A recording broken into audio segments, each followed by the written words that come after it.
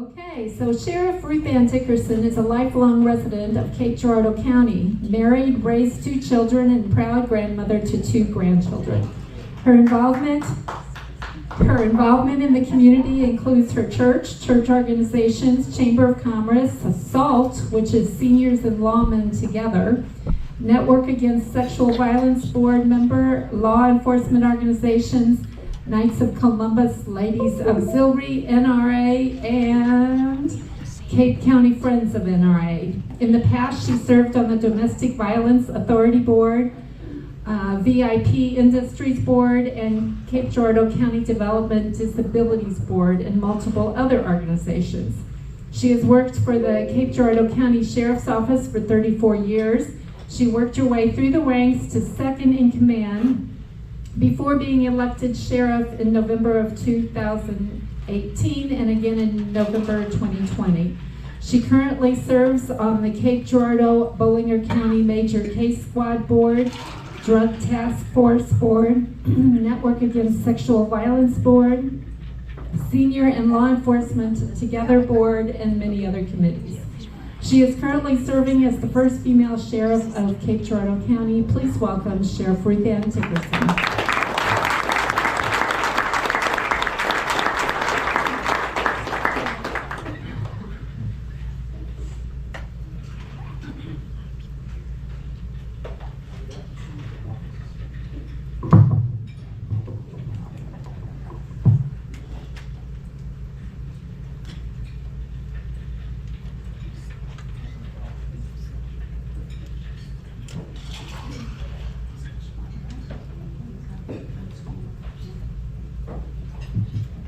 Okay, good evening. Good evening. Thank you all for having me here. It's always a pleasure to come out and talk about what's been happening at the Sheriff's Office. One of our major things going on right now, there's a lot of things that happen behind the scenes that you don't see, but one of the main things that you do see right now is, of course, with our building. This is our 2000 portion of the building. Back behind this building, there is a 1979 part. That is the part I started in back in I didn't start in 1979, but it was built in 1979, and it was built to house 50 to 70 inmates. They outgrew that, and in 2000, they built this portion of the facility, which raised our capability to house 220 inmates. Due to a lot of explosion, a lot of changes and everything going on, it has caused us to, that's the top view of our building, and then there was a parking lot for a while. Because of the explosion of everything going on, we have now moved on to, you'll see the 2000 part of the building, and over to the left is our expansion. The expansion is being built to increase our holding capabilities to 280, to another 280 for a total of 500 inmates. In the 1979 part, there's portions of it that, of course, being built in 1979, it wasn't built quite as robust as what things are done now, so we have toilets that are rusting. There's only one shower for the whole cell area. There's pipes that are busting in the floor, so then you have to go in and bust up the floors. So the decision was made to vacate most of that 1979 part as far as cells. The space will not sit empty, I guarantee you. We've already got plans of into the future that will be refurbished for other uses that won't have to have the plumbing and all of those fixtures into it. So that way it won't be as a big cost to the citizens of Cape County to be able to refurbish that to a usable portion of the building. So then, of course, everyone always wants to know, what is our budget? Our budget is, as you can see, the sheriff's side is our patrol, investigations, our vehicles and everything. The jail side, that is the budget that takes care of the inmates that are housed inside the jail. As you can tell, it grows. It does grow a lot. Our 911 dispatch, that's our dispatch budget.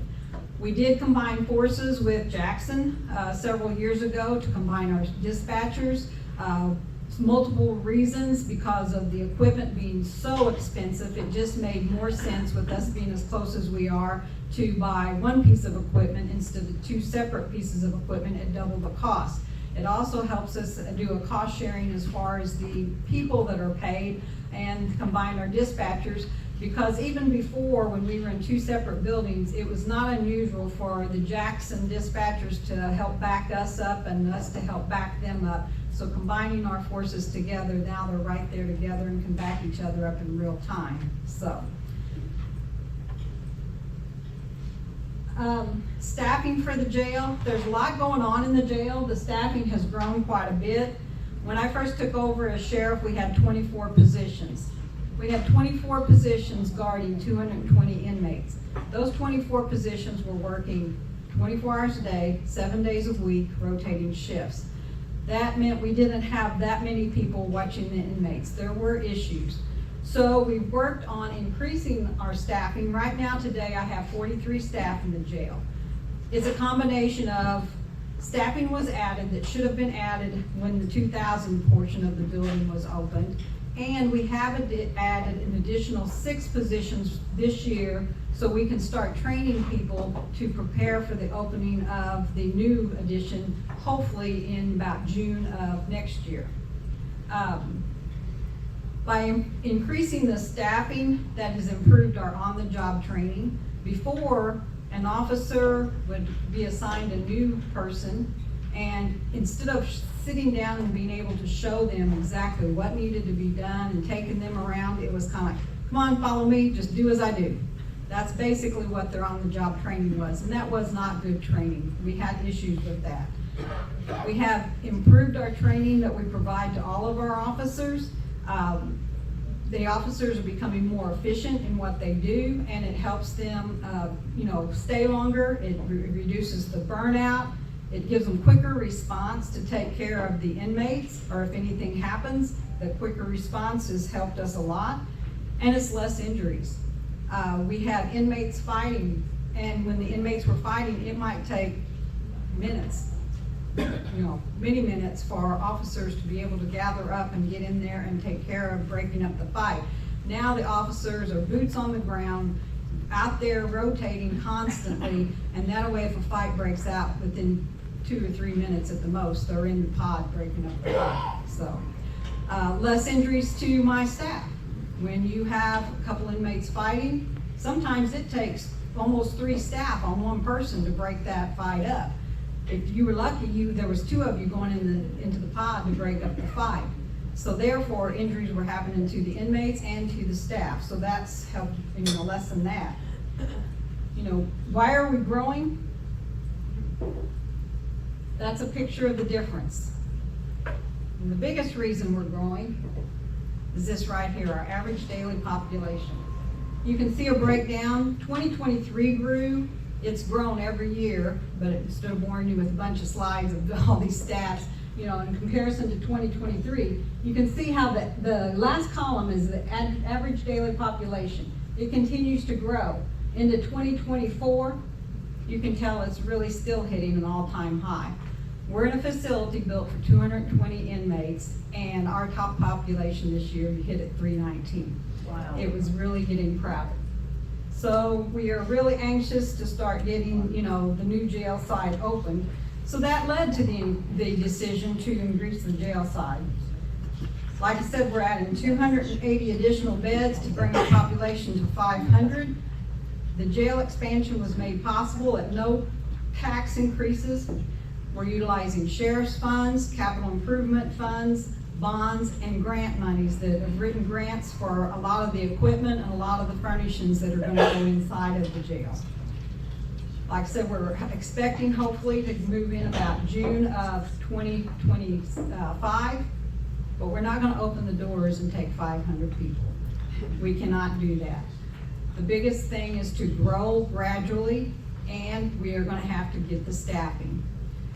Another reason we're not is in the current 2000 part, we have some of our cell doors that are not operational correctly, and things are beginning to rust. The tracks the doors run on are rusting, but with that many inmates in there, you can't get in there and fix a lot of things, so they're temporary, quick fixes, and they need to be addressed. Another issue is after 24 years, The toilets are rusting, the showers are rusting, so those repairs are gonna be done. So the goal is next year, we're gonna take all of the current inmates that we have, move them into the new facility, and it'll be a double thing. We'll send our staff over to start learning how to operate the new facility. Moving the inmates over there will give us more training, more time to get used to the new facility, because it is gonna be set up a little bit different than what our current facility is. We'll move them over there, do all the current refurbishing in the 2000 part, and then we can start reclassifying and moving inmates around into both facilities. Then we will probably start growing as far as our inmate population. So another big issue that we deal with in the jail is mental health. Mental health issues have been determined to be at least almost 45% of the inmate population is either suffering from, have been diagnosed, or are undiagnosed mental health issues. My jail administrator was spending more of his time when someone would come into the jail and they were experiencing issues, or we knew that there was probably some issue, he would spend weeks trying to track down, did they have medical care? Did they have a doctor already? Were they already being seen through certain programs? From the jail side, we couldn't get that information.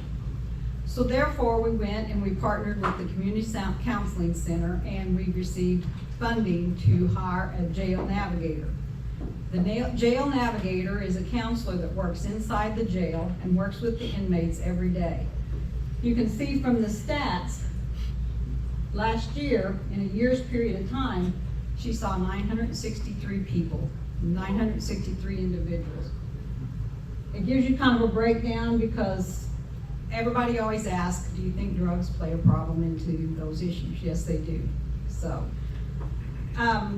what she's done is, by her having the connection with the mental health and the medical side, when they come into jail, we have developed a form that we have them fill out. We realize not everyone's going to be honest. We realize not everyone's going to tell us everything. But you would be surprised, by answering a few simple questions, she takes that and reviews that, and it helps her determine if she should go out and touch base with this person. The other thing is if they tell us, have you ever experienced mental health issues, and have you ever been treated for it? And they say yes, she gets in the system, and within 24 hours, she knows where they've been, what diagnosis they have, what medications they should be on, what programs they were supposed to be on, and she starts reaching out. She starts reaching out to all of these different facilities, all of these resources, so we can quickly get them back on. We would have people that sometimes they were suffering from mental health issues, we knew they were, and it was 2 weeks of fighting with them and critical incidents taking place. Within 24 hours, a lot of times she has them back on their medications. She has made contact with whatever program they're with to get them back on their diagnosis. So she has really been a strong partner. She's been such a strong partner that we are getting ready to write for a second grant, because she is so busy. She stays busy all the time. I hope we don't wear her out and burn her out. She also takes care of another step that we have never had before. Before, we had someone, even if they were diagnosed with mental health issues while they were in our jail, maybe even went to something, and then come time for them to be released from jail, it was open the door and say, see you later. When you come into jail, within a certain period of time, if you're on Medicare, Medicaid, it stops. You're no longer on that. We open the door, we let them out. A lot of these people don't know where the resources are. They don't understand the resources of how to get back on the Medicare, Medicaid, how to stay on their medications, and other assistance, housing, transportation, further counseling, everything. She has partnered with so many people in the community to see that when we open that door, we're not just kicking them back out. We are actually referring them to resources. They go over, they get help from someone to get them back on their Medicare, Medicaid. The pharmacy, whether it's through Community Counseling Center or whether they go to private pharmacies, immediately they're given those resources of where to go, where to get their medications. We are estimating, she's still keeping stats, she's very cautious, she doesn't wanna make stats that, she not feel comfortable with, and I understand that. Her first years were concentrated on getting stats of how many people needed mental health help in the jail. The next step, this past several months, she's been keeping track of recidivism. Right now, she estimates that we've probably reduced our recidivism for 25 to 35%, and that's wonderful. I'm glad for that 25, 35%. It hasn't slowed down people coming to jail, but that's made a big difference for her. We have a actual psychiatrist that comes to the jail 10 hours a week, because she can do so far to a certain level, but then it has to go to the next level. We're looking at trying to increase that to 20 hours a week next year because of the need, and as we grow, we will probably have to keep increasing that. Finding someone to fill that position has been a challenge, but we're still working on it. So, another program we brought to the jail was the tablet program. We provide the inmates with a tablet. It's not a tablet like a computer tablet or a tablet or iPad that you all are familiar with. It's built for a criminal justice situation. It's built very robust, very strong. Not that they can't break it, not that they can't tamper with it, but it is amazing to see how the inmates self-police themselves and each other, because if someone tears their tablet up, they all lose their privilege. And the whole pod does not want to lose their privilege. It is a closed network. They do have access to certain movies, certain books, certain songs, and it's been helpful because you have a pod with 35 to 50 people in it, and they have one small television. It's much smaller than this, hanging up on the wall. You got 2 kids at home, can't agree on what to watch on TV. You put 30 to 50 people in the same pod. The arguments have gone down because now they can watch a movie of their choice. It opens the whole situation of the mail, jail facilities, Department of Corrections. Everyone has issues with contraband coming in the mail. It has allowed us that the mail goes to a center, the center scans the mail, and it ships to them on their tablet. They do not have to pay for that tablet because everybody is going to have access to the tablet, because now the tablet has allowed us to get rid of paper books, that way they're not stuffing the toilets, flooding the sinks with the paperback books. And it also gives them access to religious materials. We were so limited on what religious materials we could allow in because of them bringing other things in, or like I said, the biggest thing is they like to stop the plumbing up with everything.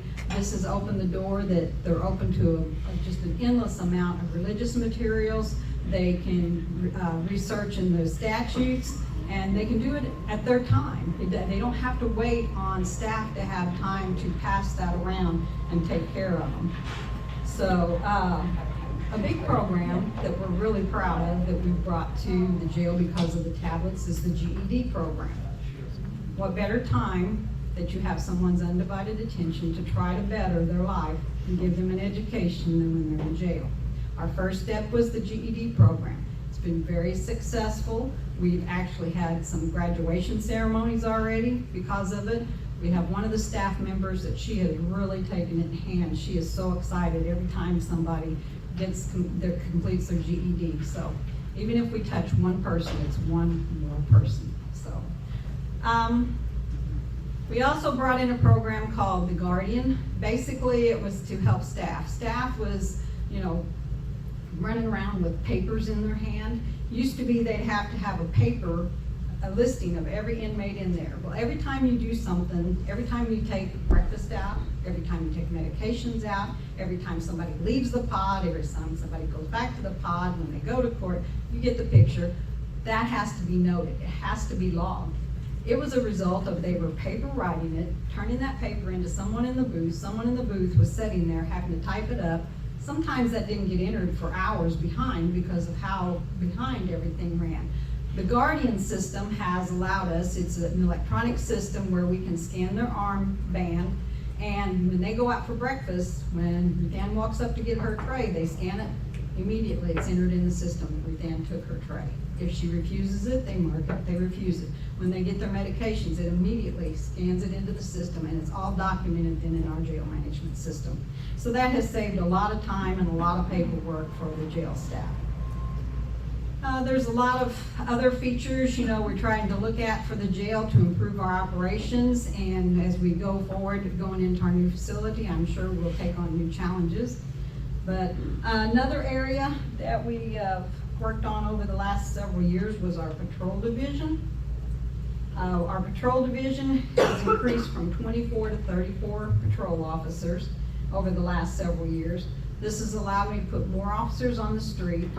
We're constantly out in the county. We're assisting in the Cape City, Jackson City, and other agencies are assisting us, but the greater numbers we can put on the street, the better we can handle the crime. I've added a drug task force officer. In the last year and a half, I'm the only agency that has a drug task force officer on the streets. A lot of it's just staffing, it's issues, and finding the right person that wants to go out and do that is a really big challenge. My officer's now been, I've signed an MOU to help attach him to the Zeno Drug Task Force. The biggest reason I did that is because he was out there on the street a lot, working by himself, and I didn't like it. He did it, he wanted to do it, he took on the challenge, but I did not like that. So I signed the MOU that he is going to be working in Cape Girardeau County. However, he can go down and help with the other operations in other counties. But the biggest resource for me is when he knows he's got something going on and he needs help, he can call the other task force members to come up here. And that has helped out a lot. It has helped him develop quite a few cases. I have 2 officers assigned to the felony warrant task force. Basically what they do is they go after the worst of the worst. They go after people who have had high profile felonies, a lot of murderers, a lot of high drug cases. My drug officer might make the case, but maybe for whatever reason, if he doesn't get all of the arrests made and they escape or something, a warrant comes out, they're the ones that are going to go down and chase them down. A lot of our stats that come out on our Wednesday post are a result of the felony task warrants. Just real quick, I'll just go down, a couple other things we've added is a special resource response team. And a big reason we added that is for school safety, our schools, and, for the safety of our citizens. They're a specialized unit to train to go into the buildings where critical incidents are taking place. Another program we bought on, and it's not just all patrol officers. Even though I listed it under them, I have deputies that work in the jail, and they are a part of the special response team. They've been cross-trained. Before, if you were a deputy, you either worked the patrol or you worked the jail. That was it. They're not. They're cross-trained. If I need people out on the street and I need extra people, I can call those jail deputies out to help out. If something happens in jail and I need extra help in the jail, any of my patrol deputies can step in and help. So the jail officers started expressing an interest of being a part of the special response team, and so then they've been training with them too, and they have increased the numbers on the special response team, and so it's made our team more robust. We have an evidence technician. That was one thing we had never had before, and evidence can get out of hand pretty quickly when you have a large scene to work. So the evidence technician is specially trained in how to enter the evidence, how to get it to the crime lab, and how to take care of it to help secure better cases. We have a drone program. I think I mentioned that last time we were here. It's still in full force, and we've had one officer that took the training, stepped up to be the drone operator first. We now have a second drone operator, so that's helped our original one really a lot. So what have we done? Domestic violence is down. These stats are comparison to 2022. We're down 37% on domestic violence cases. Burglary cases are down 32%. Violent crime is down 37%. I hate to mention it, but I'm very proud. Right now we have no murders to report in Cape Girardeau County, in the county.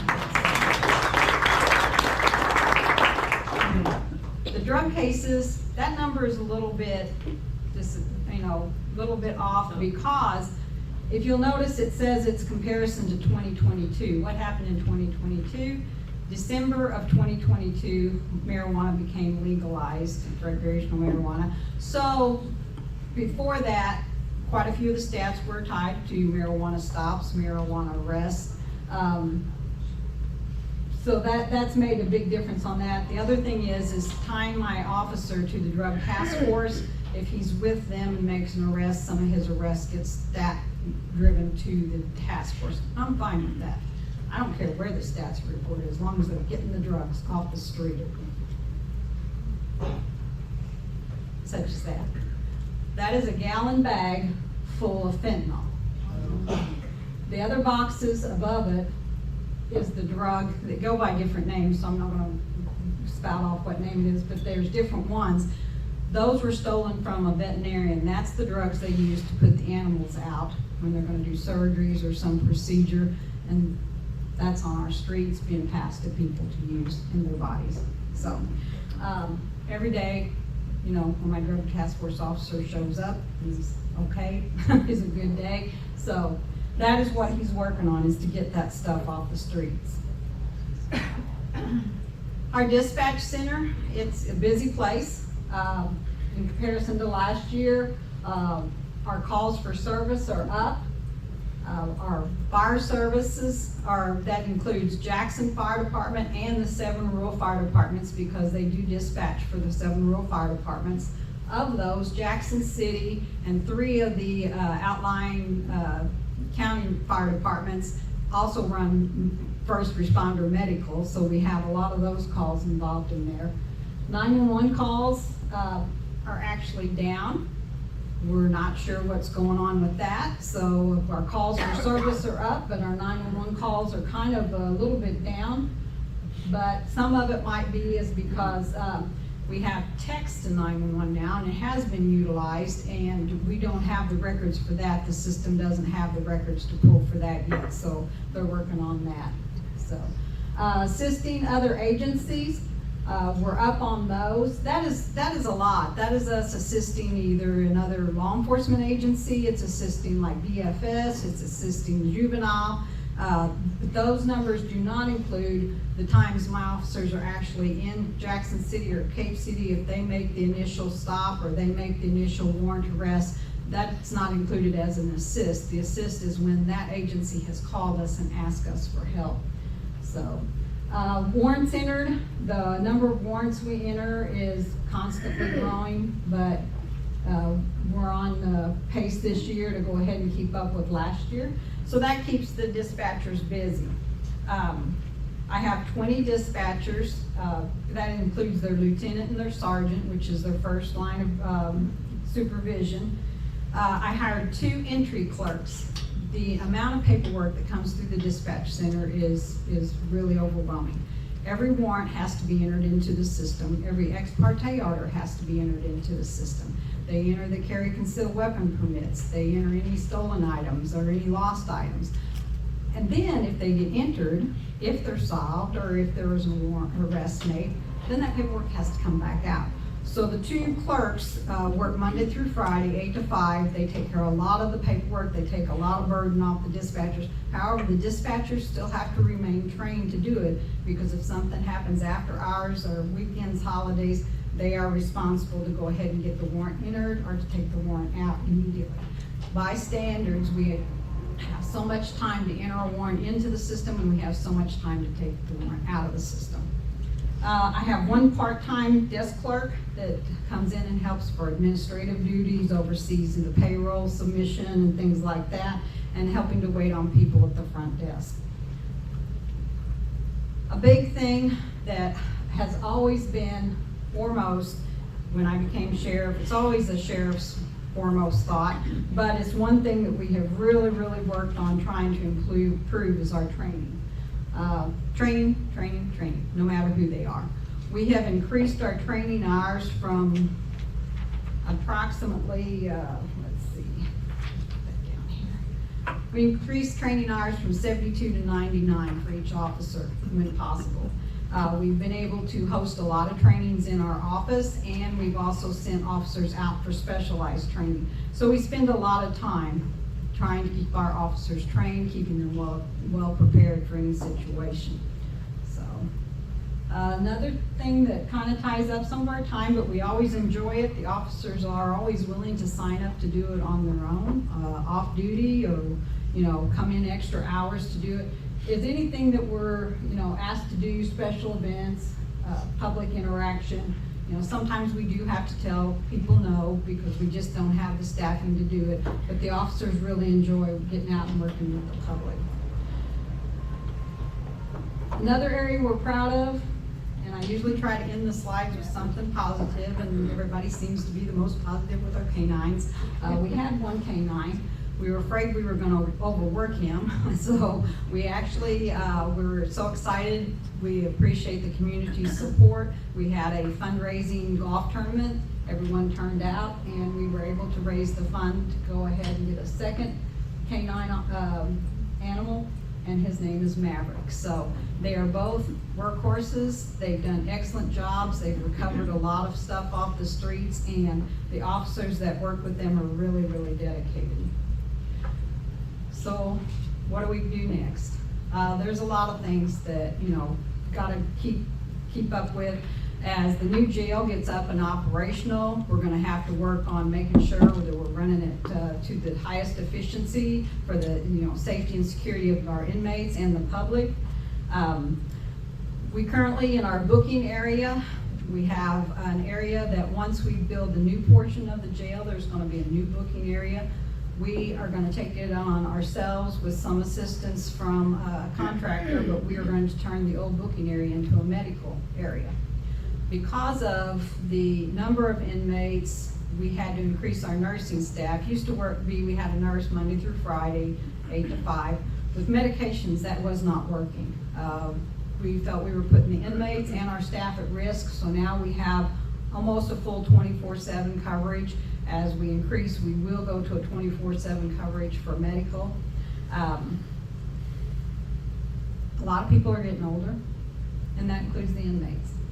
We have what would be considered as geriatric patients in our facility. They're in a pod with everybody else.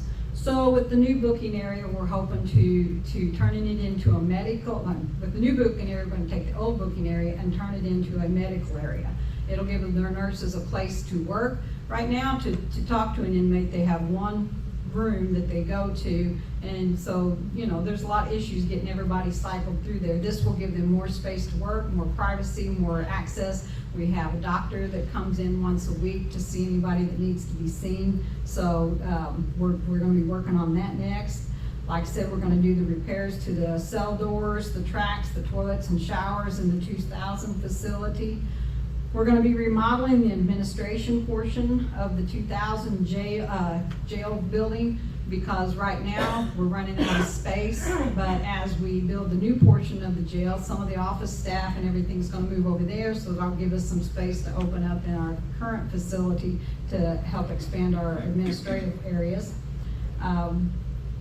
We'll just continue to review our operations, our equipment, and our programming needs. One area we took on recently too was a gas tank. A while back, I had 2 instances within a couple weeks of each other where my officers were basically threatened while they were at the gas station. What? I had one officer, it was night, like 2 o'clock in the morning, was at a gas pump, gassing up his car.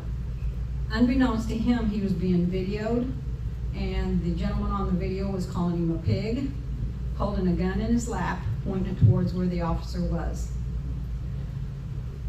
The gentleman tried to claim he wasn't making credible threats, he was just wanting to get likes on the post that he made.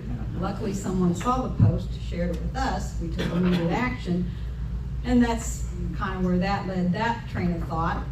Also, later on, I had another officer actually approached at a gas station and threatened.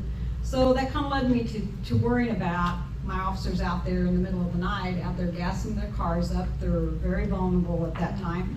Another area that considered, I did some research, I estimated on how many gallons of gas our vehicles use in a year's time.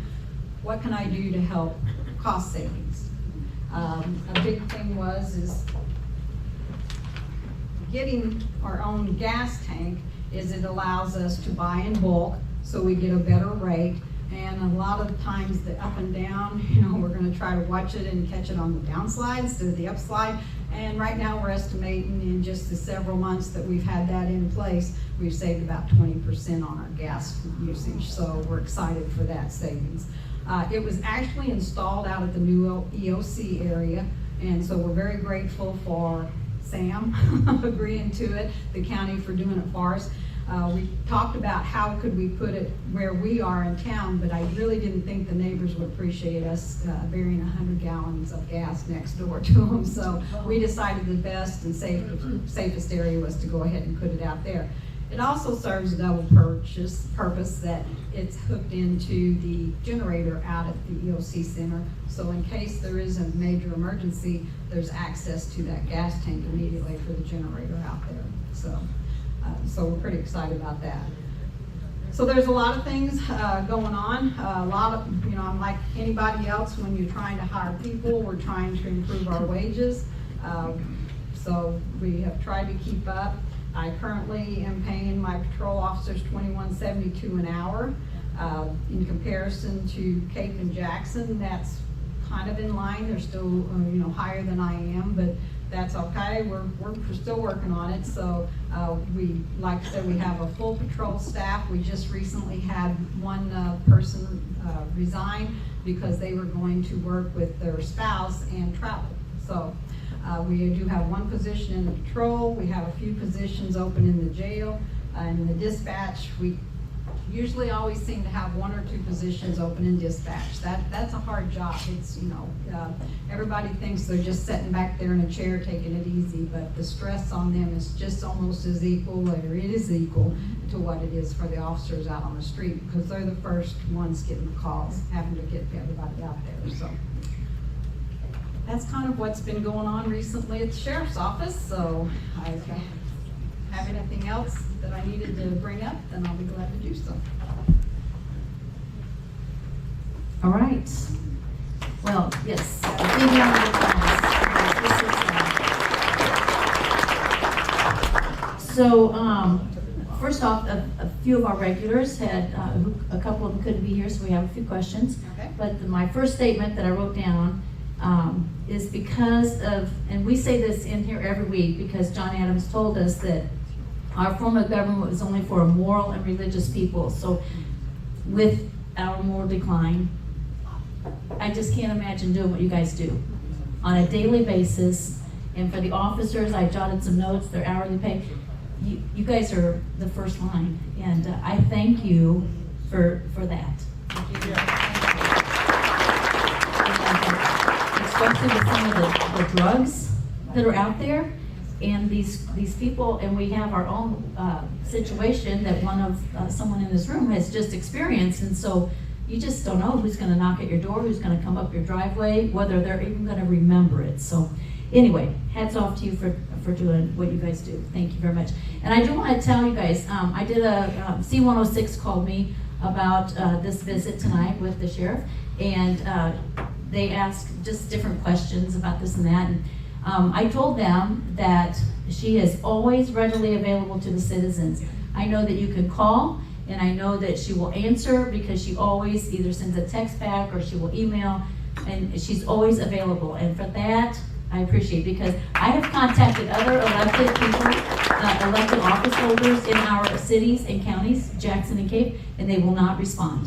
So I don't know what it is, maybe it's me, but they will not respond. So thank you for that.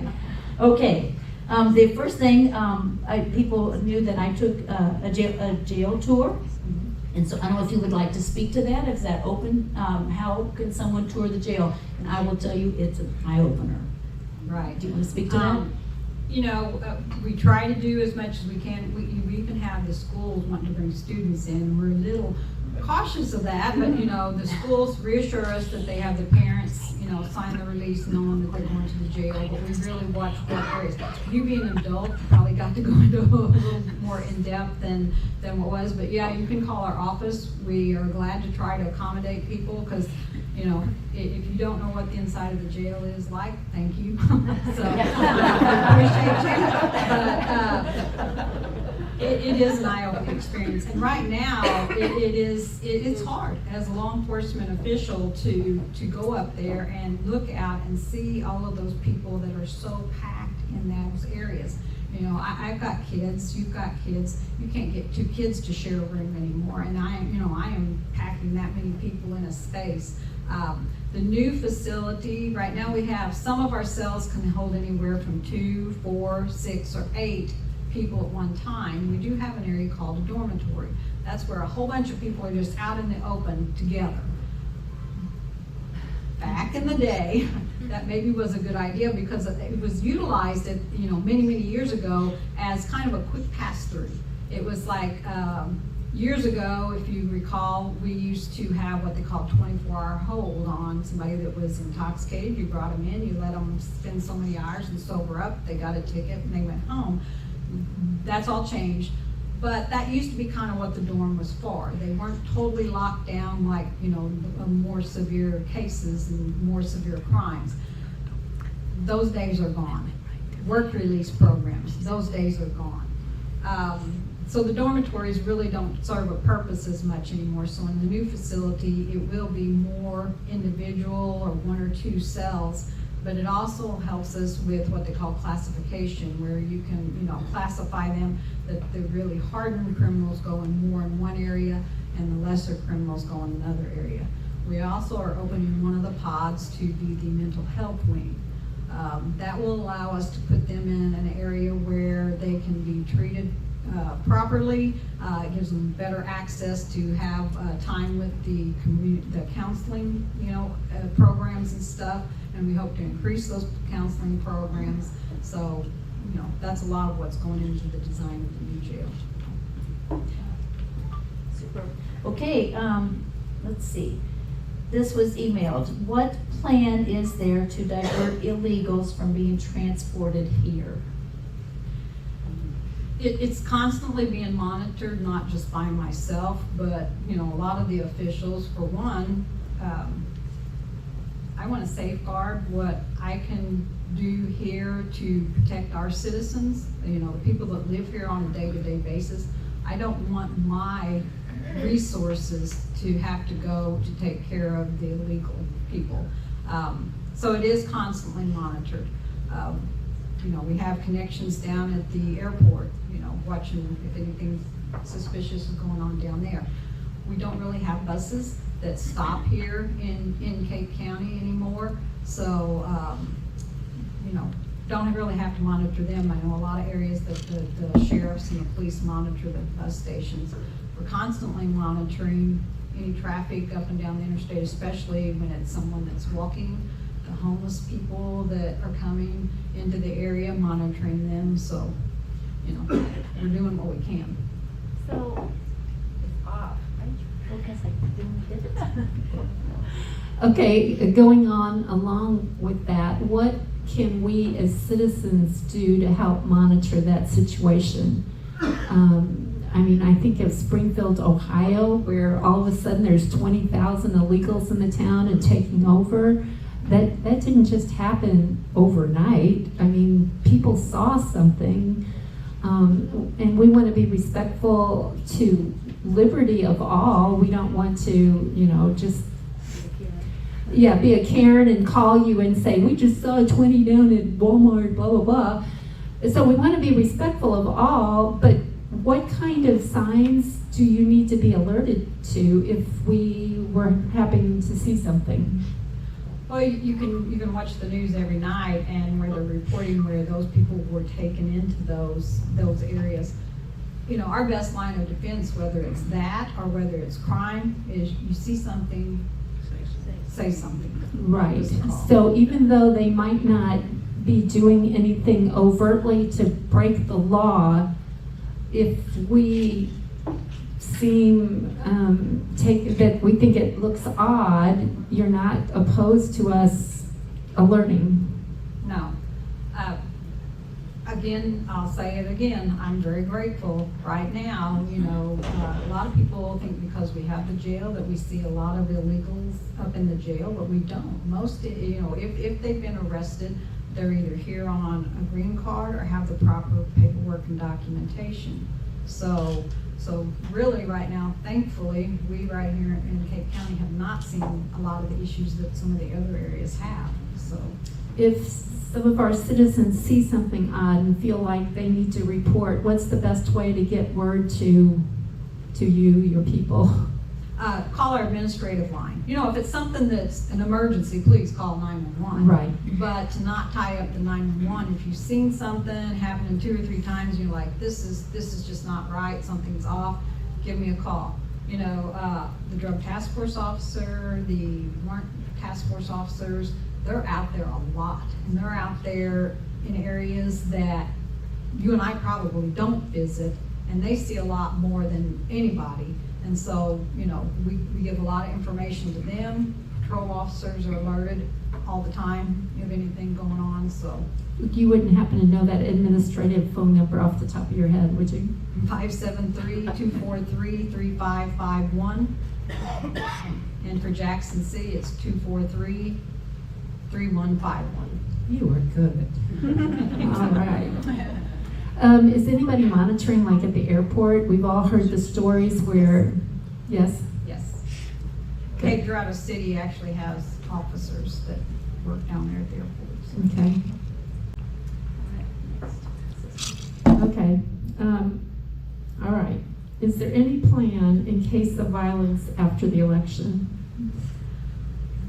Before the election, just so you know, last election, my officers did a constant extra patrol request at each and every polling place. Used to be we would kind of drive past, and look to make sure everybody was peacefully going in and out. Now they're getting out of their cars, going into the polling places, checking on things. This next election, we are bringing on extra staff that we will be out there going to each and every polling place several times throughout the day. After the election, yes, my whole office is on call, and they know that they're on call. So if we have to activate, we will activate. And while we're on that, just, you guys, again, be in prayer, right? Because our county clerks, I know this is your night, but our county clerks across the state of Missouri, and I know across the nation, there is a lot of stress. So if you haven't sent Kara an email, please do so. Josh and Alan, just keep them in your prayers. All right. And then one more. It says, what are your thoughts regarding using the military against American citizens? On September 27th, the Department of Defense came out. I don't know if you're aware of that or not, but I just printed off the first page so I would know what I was talking about. Department of Defense directive that they could use military force against American citizens. So if you're aware of that or not. I'm disappointed that it doesn't say anything about that it's, it'll be used against anyone that's not a law-abiding citizen. That makes a big difference, the military, I'm disappointed that they would go that direction, and like I said, not put that wording in there, so.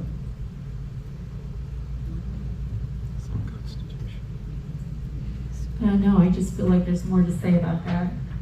I mean, the military was never created to come down on American citizens on their own soil using lethal means.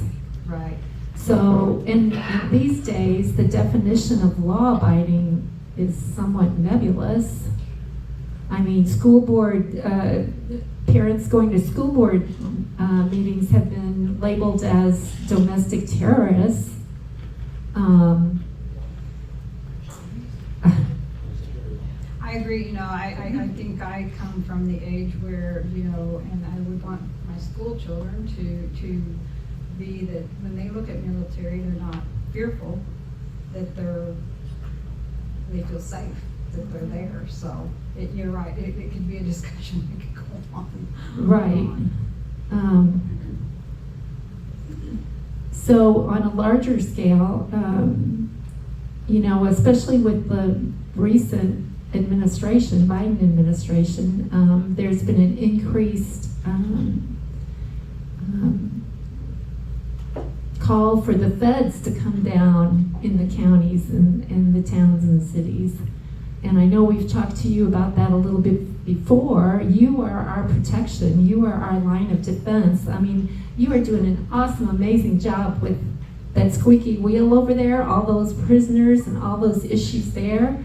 But I think we as American citizens, you know, we're looking to you too to protect us from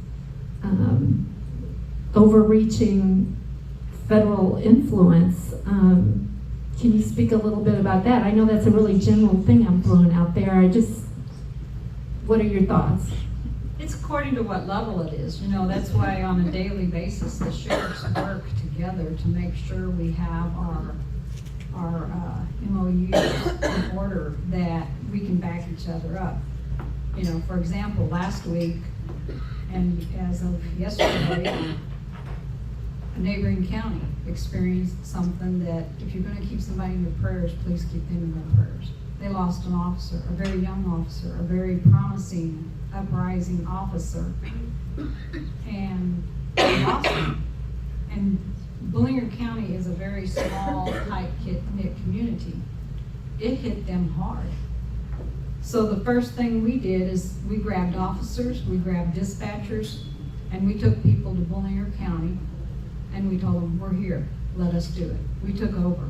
We took their calls, because it took those officers a while to collect themselves and be able to get back out there on the streets. So we did that yesterday during the funeral. Not only us, but other surrounding agencies, the Highway Patrol, we all went out and assisted. So those partnerships, helping in a trying time like that, will be the partnerships that we'll be ready to call on if we need something here. So you do feel a great mutual help with the surrounding counties as Yes. you helped Bullinger County with? Yes. All right. Anyone have any questions for Sheriff Dickerson? Yes, Donna. Can you just stand up and speak real loud since the room's packed? How was the marijuana issue before and then after driving, you know, doing all that? How has that affected you in your job?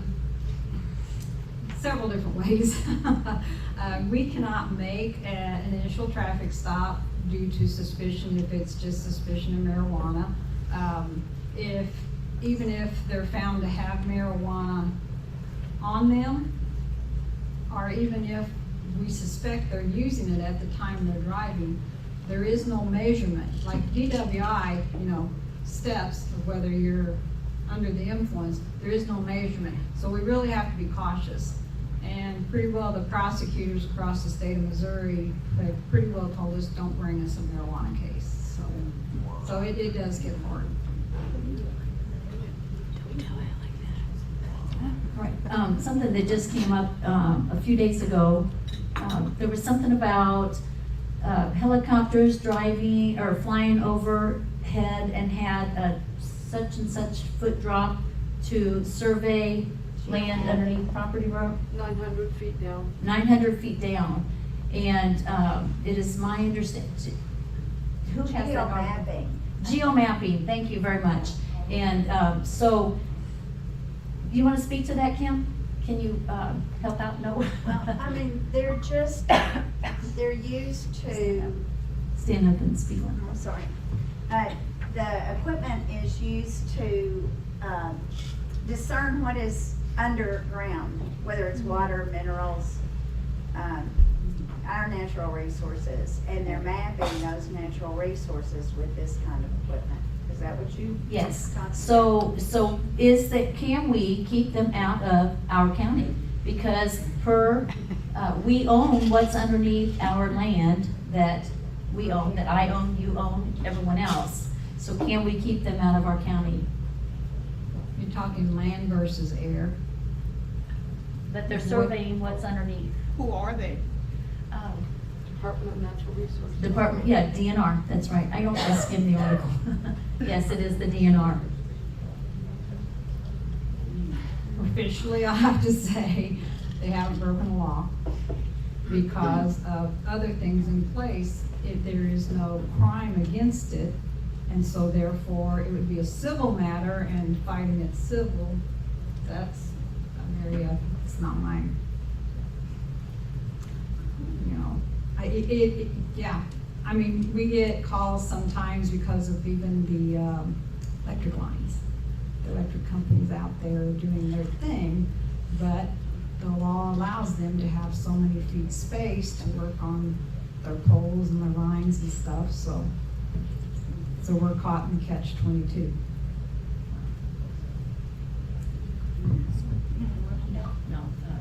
So, this is just general, so you have a drone program, how do you use the drones? We only use it for investigative purposes. If we are investigating a crime, that's when we use it. We will use it too for missing people. So, but our drone program is tied to investigative purposes. All right, Diane, I'm sorry, I'm not gonna run around. So if you would stand up, please, and say it real loud. Just real quick, what if a drone is flying over our property? There again, a drone falls under the air, not the ground. So what if you would get rid of it? What if it disappears? I'm not saying it has. Just asking for. Just asking. It's against the law. There again, you know, the criminal side If you shoot of one it down, it's against could the law. be open to more, but then the other side of it is your civil side. And so I caution you, because even if that drone might be a $200 drone and you shoot it out of the air, if they wanna sue you, all you gotta do is call an attorney. Yes, Mr. Pierce, please. This is what are y'all, like preparing for, and if so, what's y'all's approach for the change in the law about phone use while driving that happened in January? The texting while driving? Yes. You know, we're still in the year period of time that, that they told us, you know, we're not supposed to ticket or anything, but we are prepared that if it happens, we will issue the tickets. They'll go to the courts and go through the court system just like any other ticket, so. I guess my question goes further as far as like, are you training them for how to pick up on that? Like just because someone has a phone they're using for driving navigation versus, you see what I'm saying? The texting while driving it kind of falls under the rule that it's secondary. It's not the initial stop. We can't make an initial stop for the texting while driving, so it's usually tied to something else. Go ahead. Okay, in time of discourse, I know you were. Louder. Okay, okay, in time of discourse, if we have some issues here, okay, with the government or with people, okay? I know you are elected and you are bound by our constitutional rights. You take an oath to that. Now, my question is about our police officers in the state. They're paid by the government. And I guess I want to know, what oath do they take? Do they take an oath to the government, or they take an oath that they will cooperate with you? As far as I know, their oath is worded pretty well much the same as every other law But enforcement their official. paycheck comes from somebody. So that's my concern, because who knows what's gonna happen? I mean, money, all kinds of things. But I'm just really concerned about what could happen here. You know, we do have a lot of assistance that comes from our highway patrolmen in this area, but then that's why the forming of the partnerships with the other surrounding counties is a big thing, so. And with the invasion, I'm wondering about military NGOs, we have trainees, we have all kinds of things. It could be other than our own military. Okay, Jim, did you have a? My back's bothering me. Oh, I'm sorry. Okay, I'm going around there. Okay, I'll come back to you. Okay, Rox? Are you familiar with some people occupying a building underneath McAllister's that have blackout windows? They've been questioned. They said that they had worked for the government but would give no information, and from what I understand, they have left. Are you familiar with that? And does that have anything to do with this drone that was surveying some land? I do not have direct knowledge. I have not talked with them. That being in the city of Cape, the city of Cape was handling that. So that would be a better question posed to the city of Cape. Thank you. Yes, sir. My question is a little different, I guess. Concerning the population in the jail itself, I think you said 500 was gonna be the new number? Yes. How many of those people are local? How many of those people come from outside, and is it an income situation where you're pulling in to get paid? No, if you're asking about are we housing federal inmates, yes, we do house, but we only house 25. It just, you know, with the federal courthouse being right over there, it's kind of like security for our own citizens, bringing them into the county. At least if we're housing them, they're there, they're being transported from there, over there, and back and forth. It's not like they're driving all over the county with those inmates. Are they coming in from other counties? We don't have, do we have people from other counties in jail? Yes, but they're only arrested on charges from Cape Girardeau County. I don't have enough room to hold anybody from any other counties. So, I actually do have some inmates from Cape County being housed in another jail facility. If I didn't do that, my population would be over probably 350 right now. So, we do partner with other facilities sometimes. Sometimes you'll have two criminals involved in a murder together. You can't hold them too close together because then there may be problems, or there may be issues with witness protection. And so we do partner with other sheriff's departments to try to separate those. So we do have instances like that, but everybody in my jail has broken the law here in Cape Girardeau County except for the 25 federal marshals that we're holding, and then maybe one or two that we've had to trade with another county because of other issues. It is a constant juggling act. What's the average time period that you might hold a prisoner? Is there any stat on that? It used to be, 6 weeks to a couple months, but now it's 6 months or more sometimes. The courts are backlogged. A lot of it is the public defenders are experiencing the same thing everybody else is. They can't hire people, they don't have enough staff, and so they have to keep continuing cases in order to get to that next point where they can be ready to be prepared for court, so. Yes. So on the slideshow, you showed us different statistics, and you first showed us how each year inmates are increasing, and that's and probably have to build a new jail, just besides old facility usage. But then you went to show us different statistics of how crime rates have lowered. So can you speak on how those two things, to my eye, they contradict themselves? The crime stats that I showed you that are lowered are out in the county only. It does not include Cape City and Jackson City.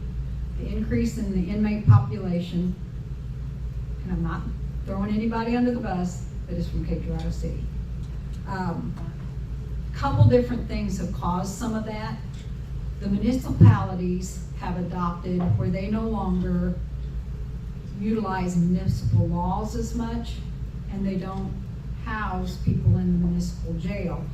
They have all adopted the policy is that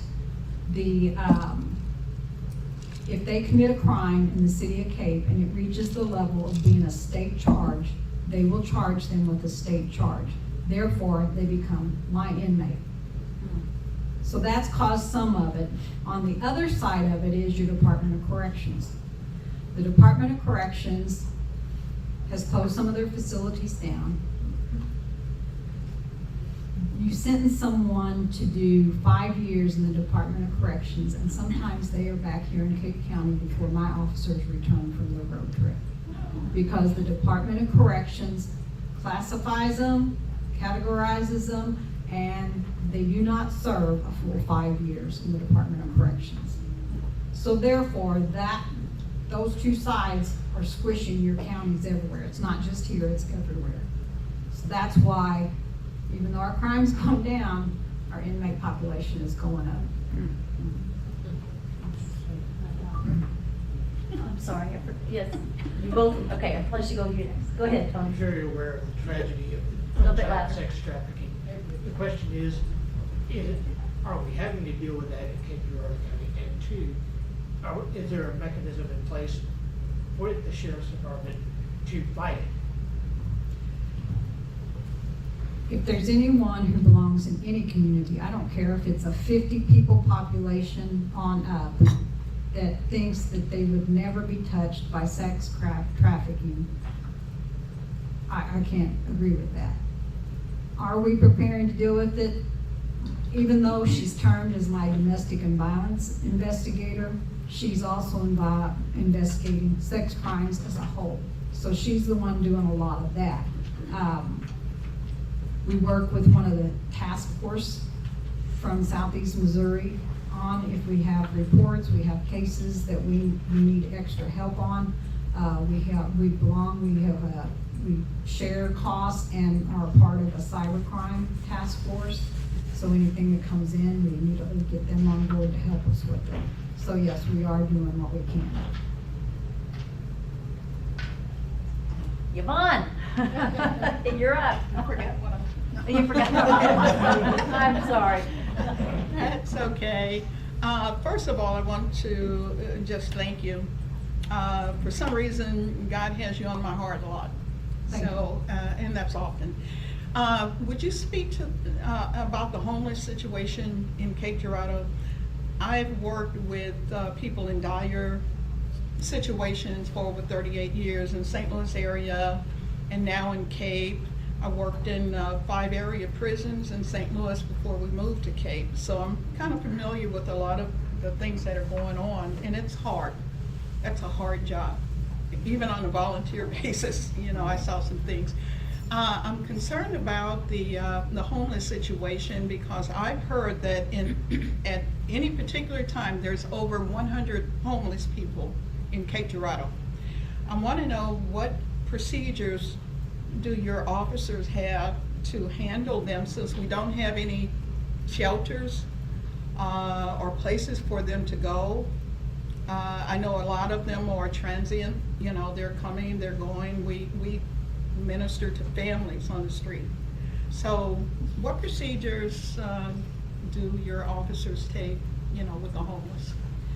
It's one thing our navigator's been great at helping us. We try to stay in touch with any program that's available for anything, whether it's transportation, a meal, a night voucher in a hotel, anything. We try to stay, you know, in touch with the community on that.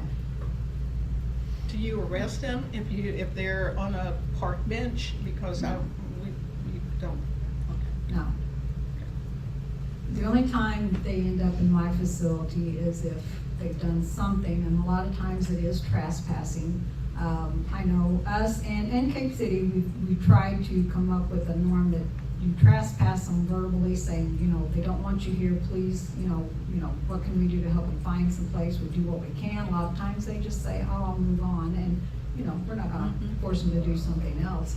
So they move on, but if they trespass on someone's property, and then they come back again and again, usually it's a 3rd or 4th time before any kind of arrest is made. And the individual that owns the property has to sign a statement saying they want trespassing charges filed against them. And I know that's a problem. I know we have tent cities, and we're aware of those, and you know, so we try to help these people to find places to go, whatever they're in need of, you know. So, but someone told us, and I just wanted to get it from the chief's mouth, of course, you know, that when you see homeless people, you put them in jail or whatever. You know. No, You no don't? one is giving that directive, Okay. and if my officers were doing that, that jail would be even more full, I think, because there Yeah. are so many people out there. Some of them are passengers, some of them are here for a while, so, no. Don't you agree they need a place, at least one shelter here in Cape? It would be very helpful, yes. And that's where the churches come into play, because it's not the proper role of government to house homeless, and Yeah. it is. Try to It's- get that going. It's where we are, you know. Try that. Okay, I know someone, yes, sir. In this time of uncertainty, there's all kinds of information that's on Louder, please. in this time of uncertainty, there is a lot of information about a lot of things, especially illegals in this country. There are counties preparing for this uncertainty. Are you preparing here in this county? We already addressed that. Yes, like I said, training is a big thing, and part of some of the trainings that my officers have been to has been dealing with an influx of that. So we are trying to take steps to be better prepared. Yes, Helen. Stand up and loud.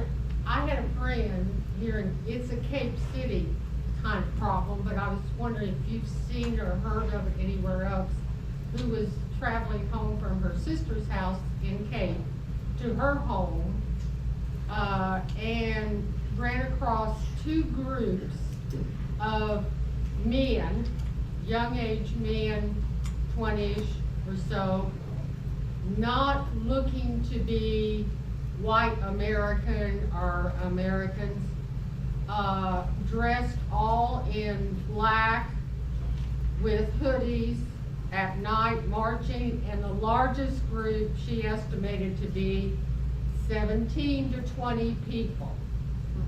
Have you heard of anything like this going on at nighttime around the area? No, I can't say I'm familiar with it. Did she call it in? Well, that I don't know, because I just found out about it. So I intend to talk to her about that. But she ran across the first group was, she said about 4 to 6, and she thought that was odd at nighttime to see them out more or less marching. And then she went on further, closer to her house, and that's when she saw this real large group. And it wasn't that far from her house, and she's a single woman. It's terrifying. So Sheriff Dickerson already talked, and I'm not criticizing what you're saying, but as leaders of Guardians, we're hearing all the time about these groups here and these groups there, and shady stuff happening here and there. Sheriff Dickerson has been very, very sweet to say, if you think anything's odd, don't hesitate to call those administrative lines. Well, our 911 if it's more urgent, but it behooves all of us to keep our eyes open. Don't be afraid if something seems odd or suspicious. I mean, even take some pictures, and call these numbers. She's being very open to having information given. We're just getting a little tired of all yeah, I saw this, I saw that. What do you think about this? What do you think about that? Well, we don't know, but Sheriff Dickerson is more than willing to listen and check it out if there is something. So let's get our eyes peeled, and if there's something that's odd, report it. We do encourage you, if you see something, say something. We had an incident the other week that we had a call in that they reported a person dressed in full fatigue, carrying a rifle, going up and down a county road. Unusual. So we responded up there with 2 officers, and they stopped the young man. He just enlisted in the military and he was preparing. She showed him the papers and everything. The rifle wasn't a real rifle, but and we respect him for that, but it's kind of like, maybe find somewhere else to practice. So there again, I mean, you know, we went up and checked it out. So, Thank you. Okay, Rox? I'm gonna refer back to my first question. We know it was government agencies. If it's state or federal, should you not have been notified of that? should have been. If they were in town? If they were in town and doing anything that would have been, you know, involved law enforcement or this, you know, items like that, yeah, you should have been notified. And you know nothing about that building and what was being occupied in there? No. The other thing is, how would you go about, if we had an influx of illegals like in Springfield, Ohio, and some of these other counties across the country, how would you go about, besides training, and you already told us, how are you gonna go about the process of moving them out or dealing with? Figuring out where they came from, why they were placed here, and what steps we can take to get them out of here. Cassidy? Again, you spoke a lot on what you're doing for inmates and their mental health and giving them tablets and all that good stuff. What are you doing and what are you offering to the correctional officers? Because I know correctional officers have the highest rate of suicide, to first responders, EMT. What are you offering them for said their mental health, since they're being, every shift they work, they're dealing with these inmates and having to see the psychological side of all the crazy. Right. We participate in the mental health wellness checks. We have contracted with an agency where they contact the officer, say, come in, talk. I mean, it's done without anybody's knowledge. That officer goes somewhere outside of our department. They get not evaluated, but, you know, they talk to the counselor to make sure if they have anything that comes up, the counselor knows what resources we have to refer them on. We just sent an officer that returned a couple weeks ago to start a peer mental health support group inside our office, and that's our big step we're starting to take. And then the Community Counseling Center is very gracious to send people over to help with our jail navigator, but everybody is also informed that if they need somebody to reach out to, that's first line of contact for them also. So we are building our programs every time we can, so yes, we do have some programs in place. All right, we've got time for just a couple more questions. I want to see something, say something. I think sometimes what discourages people can be a concern about response time. And so like what they see may be gone by the time the officer arrives. Are y'all tracking that? And what methods are y'all using to try to improve response time? Because it's a big county, you know, like, Right. so you can't be everywhere at all times. That's why I worked so hard to get the support of the community for the tax increase so we could hire more officers. Because you're right, you know, when I first started the sheriff's office, there were times if I responded to something, I was the only one out there. My other officers were the only ones out there. So now, you know, with the way the times are, 2 officers pretty well respond. That's a big step. And we have the county broken up into zones, and the officer's responsibility is to be in that zone, to stay kind of around that zone as much as possible. You know, if a critical call comes out and everybody's needed one area, the county is as big as it is. Our response time is our response time in the county. The other thing is then we try to keep a roving car. So that way, if something happens in zone 1, the roving car can go back them up and leave everybody else in their zones. So we're trying to improve our response times. Do we keep track of it? Yes, we do. And we also try to keep track of where was that officer, you know, was this a 20-minute trip or a 10-minute trip from point A to point B when that officer got there? If not, if there's discrepancies, then we start checking into why did it take that officer that long to get there, so. And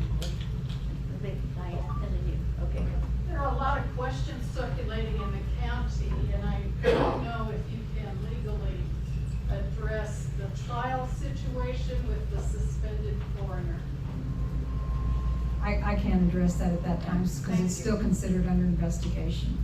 Thank you. Just a simple question, if the FBI wants to come and kick in someone's door, do they have to notify you ahead Louder. of time? Yes, they are supposed to notify me. Okay. Wait, what was the question? If the FBI is going to kick in somebody's door for whatever reason, do they have to notify the sheriff? Good question. Yes, Yes. Beforehand. yes, yes. Thank you. Do you anticipate that they always will? Here in our area, the agents that we have here in our area always make it a point to know who your friends are, you know? So I know who our agents are in this area, and they always have contacted me if they're gonna be doing anything in our area. If somebody comes in from the outside, will they? I can't answer to what they'll do.